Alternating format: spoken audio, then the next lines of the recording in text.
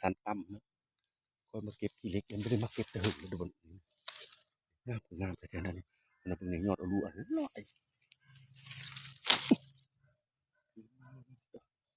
ไปส่งเขาแล้วมึงเสานี่30 โลแต่อันนี้นะครับตูอันนั้นงามแต่เห็นแล้วคลิปอย่าลืมกดไลค์กดนะที่เด้อทางยูทูบไม่ยงนะงามแต่เห็นในซาดในอื่นเด้งามก็งามที่เขาบักเผาท่านเขาบักเผาท่านแล้วมันก็ปุ๊กแล้วงามไปเลยเอาเมื่อส้มเอาอยู่ที่สะทุเด้อเขาสั่งทีละเธอก็พอเจอแหละเมื่อเช้านี่ก็ไปส่งเขาเลย30 โลเฮ้ยเอาไปส่งก็ไปขายทั้งเลยไปต่างประเทศไปเฉลี่ยนะงามเลยนะจุ๊ติดตามทั้งสองคนเลยทุกเจ้าเถอะวาสันวาสีแล้วก็สุดตุนญาติได้ละงามเลยมือซ้อมเอาอยู่เฮินโซ่ไปเลยบายเลยนะสุตัวอยู่ทางในก็แห้งหลายทางในเอาไปเที่ยวนี่แค่ไหนเมนหมดปลูกยางเอาไปในบนผีโลกก็เท่านั้นบนผีโลกคนนี้แต่เยอะกว่างามนะความงามแบบยาวไม่สาดเลยเขาไม่ได้มาตึกตะหึกแล้วเขาไม่ได้มาตะหึกถ้ามันหลับปุ๊บเขาก็หาวเอาแล้วพวกนี้งามแต่เทพกิเลสนั่นเอาแล้วโซ่เมื่อโซ่มันกระหืนงานมันเอามืดเธอมันโป่งไหมเลยนะมันบุกงามเลยโอ้นะต่อสะอ่อนสาวอุดมสมบูรณ์เบอร์ไม้ก็เป็นราคาคู่มือในติตะบุมีเด้อเจ้าคนพลเมืองล่ามันหลายเลยคู่มือเนี่ยนะเฮ็ดไปเลยก็ได้ขายเด้อเจ้าคนไปได้ลงขายส้มมันก็ตั้งเต้าหาผักกิเล็กวันนี้ซื้อเลยอยู่เฮือนนะเฮือนย้อยหน้าไข่ขาวย้อยหลักเจ้าเอ้ยงามแต่นะยอดมาเนี่ยนี่ยอดผักกิเล็กเนาะเท่านั้นเลยเด้อสิเจ้ามือนี่ก็กระซ้อมงามตัวนี้นะเบิ่งนี่อูดอันมานี่เจ้ามานี่ไปจักอันนี้มันเลนแล้วว่าผีโลนะตะปะมาตัวเองนี่แหละฮะให้งามตัวนี้เบิ่งนี่นะเขาตัดเผาถ่านแล้วก็นะเบิ่งนี่โอ้ยว่ามันงามสิเจ้าเข้าไปนื้อขนาดเห็นมันค่อยจังปูนะค่อยปูมันละทีนี้ปูอยู่เฮือนคนเต็มอยู่วันนั้นก็มันเยอะซ้ำนี้แล้วก็โบเอาไปเลิกของตัวเองคือไม่ได้หาเป็นปูป้าปูดงแต่เป็นปูเว้นมีตะกี้เล็กแต่มาตะกี้ประวอกอันนี้ดูจะโอ้ยงามเด้ในศาสตร์ยอดอรุอร่อยเลยนี่อุจจาระเหลกตอนนั้นเราเชี่ยวติดแต่ทางกิจอย่าลืมอย่าพลาดเลยเด้อขอฟ้าเหนือฟ้าตูเด้อเฟซบุ๊กลิ้นบ่ได้เลยเดี๋ยวนี้เพิ่นอันนั้นเบนเม็ดละว้ายเหมยดิเทวดาเลยอันน่ะมาแต่เป่าขี้เล็กไม่ได้ไปตั้งแต่หกละ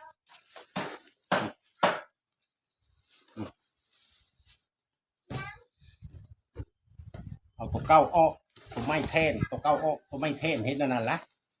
ไปส่งเขาละเสาเนี่ยบริษัทเขาตั้งเอาละอุจาระเล็กโยไม่ได้ไปเอาตะหึงเลยเนาะพวกเจ้านะขี้งอตะหูดเลยขี้งอตะซ้อมหนึ่งเจ้าอันน่ะอันนี้นะตัวเมย์ได้นี่นะพักกิลิกตัวเมย์ตัวนี้นะที่เรือตัวปูนะตัวปูก็มีได้ตัวปูนะตัวแดงๆนะมันก็มีตัวปูตัวเมย์คือกันได้เห็นว่าพักแต่มันวิ่งว่าติบุมีมันก็ผสมพักเหมือนกันเนาะถ้ามันสีออกเบย์บ่คือตัวพ่นเฮานะดิอันนี้นี่ตัวปูแหละนี่แดงๆนี่ยอดแดงๆนะเม้นเลยแหละตัวปูอันยามุงแล้วก็ร้อยลายตัวนี้ละโอบมันนะโอ้มันระบบโป่งนะดึงออกค่อยดึงออกตัวนี้เลยนี่นั่นนะตัวปูนั่นนะอันนี้แหละที่เรียกตัวปูอันนี้นี่มันขาวๆนี่เลยตัวเมย์นี่ปิดนั้นได้เจ้าเอ้ยอาซีพมันเช้าจะไปส่งเขาแล้วส่งบริษัทเลยนี่ส่งโรงงานเขาแล้วบริษัทเขาแล้วพนักงานเขาหลายเด้เนาะส่งเขาทุกคนสั่งตลอดเด้อทิศละเธอเก็บเป็นทอนเป็นถ้อยไว้นี่ พูดแล้วบัดนี้นะสิยุพูดพูด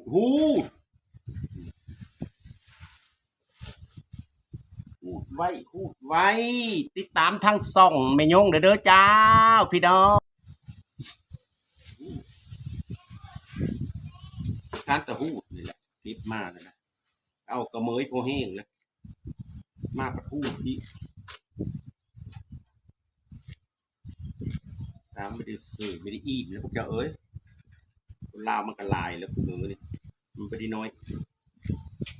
คน7 ล้าน 8 ล้านกระลายเติมได้กระเสืดนะบ้านเขานะเขาโลล้าน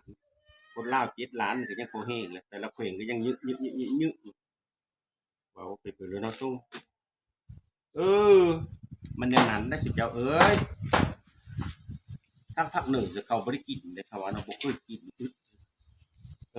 จริงว่ะ3 ปีบัดนอกผมนอกนะบัดกินเนาะครับทิ้งเพิดทิ้งมันบัดอันนี้ก็มีเขาส่งมาเฮ้เบิ้งนะมีคือกันเขาบ่ได้กินจะเถอะเขาว่าไม่ใหญ่บ่ได้กินนะบ่จักแนวกินว่าอ้าวต้มเย็นน้ำยากไปแล้วเนาะต้มเย็นน้ำนะยามันขมก็ต้มเย็นจัก4-5 น้ำนี่เต็มมากเขาเบื่อแล้วล่ะนี่อย่านั่งแล้วล่ะต้มกระดูกหมูแล้วล่ะผมกระดูกเปื่อยแล้วก็เอาลงล่ะเผาหนังเซเว้นเซให้มันพุเอาอย่านั่งเอาข้าวเบอร์ลงเอานางลงล่ะกระดูกหมูกระต้มเปื่อยนะเติบนั้นล่ะมักหูโบแดงกับโยนหูโบแดงลงพิษนั้นแหละก็ส่วนลายเลยบัชิปุ่งคนพึกพอหอมปีลงเลยพอผัดมักแล้วนะหอมดีไม่ได้ปีจะหึงเลยอันนี้นะเยอะมันก็ทำมันละโป้งไปเด้ออย่าลืมเด้อขอฟ้าเนื้อฟ้าโตเด้อซองไม่ยุ่ง YouTube เด้อกดติดตามกดหัวใจให้เด้อกดไว้กดกระดิ่งให้เด้อเจ้าติดต้นไม่ยุ่งเด้อเจ้าพี่น้องทั้งฝั่งไทยพี่น้องทั้งเมืองนอกเมืองนะถ้าเห็นในคลิป YouTube เลยอย่าลืมอย่าพลาดได้อย่าปะอย่าทิ้งได้มีทัดถึงเป้าหมายเด้ออาทิตย์ไปตามเพลงโอ้ยนะก็ได้เงินนำตะขายคืนก็ขายส้มเนี่ยนะก็ไม่ได้นะไปดูส้มก็มืดละส้มขายอยู่ตลาดก็ได้ลายเติมเงินมาแล้วก็ยังลายเติมอยู่ไปขายอยู่แถวสร้างคู่เด็ดปุ๊บอยู่นั่นได้